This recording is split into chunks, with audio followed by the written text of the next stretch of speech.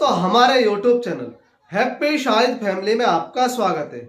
दोस्तों, आईएएस अधिकारी बनने के लिए दोस्तों रात दिन मेहनत करनी पड़ती है, रात दिन पढ़ाई करनी पड़ती है। दोस्तों करंट नॉलेज भी बहुत ज़्यादा रखनी पड़ती है, तब जाके एक स्टूडेंट आईएएस अधिकारी बनता है दोस्तों। और आईएएस अधिकारी के ऊपर कोई फर्क नहीं पड़ता है, चाहे मनमोहन सिंह की सरकार हो या मोदी की सरकार। दोस्तों वो स्वतंत्र रूप से जनता के लिए काम करता है दोस्तों।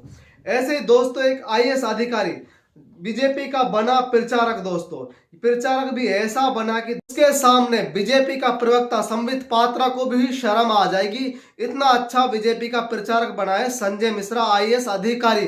दोस्तों एमपी सरकार में डबल इंजन की सरकार में मध्य प्रदेश के पन्ना का जिले अधिकारी संजय मिश्रा ने सीधा कहा है दोस्तों बीजेपी का प्रचार करते हुए कि अगले 25 साल तक आप कहीं मत जाइएगा, कहीं मत भटकिएगा।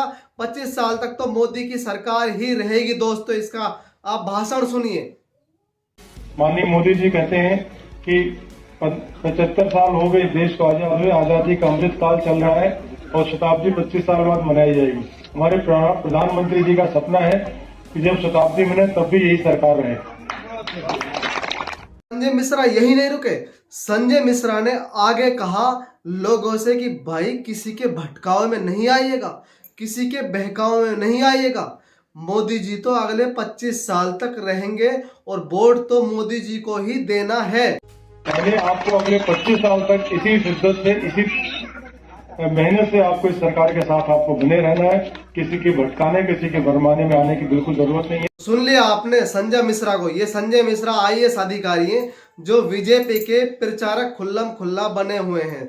दोस्तों हम इसलिए कह रहे हैं कि जो इनको पैसा दिया जाता है वो हमारे और आपके टैक्स पेयर से पैसा दिया जाता है।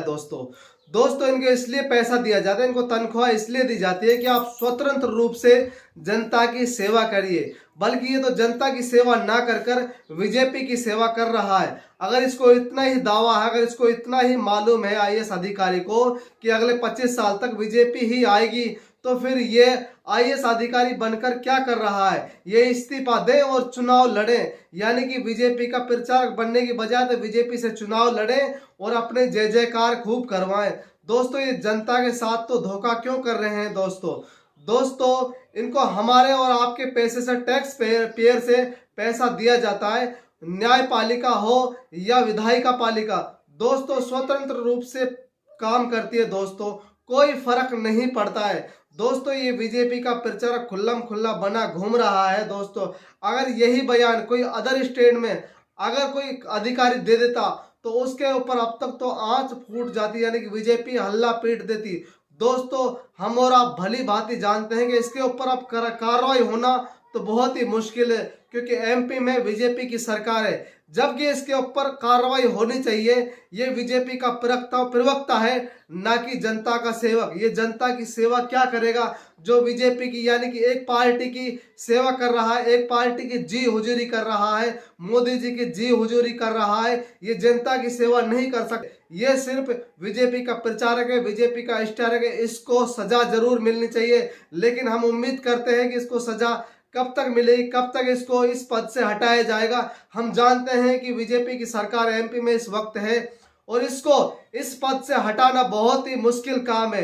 दोस्तों अगर आप हमारे चैनल पर नए आए हैं तो हमारे चैनल को सब्सक्राइब जरूर करें, लाइक करें, शेयर करें।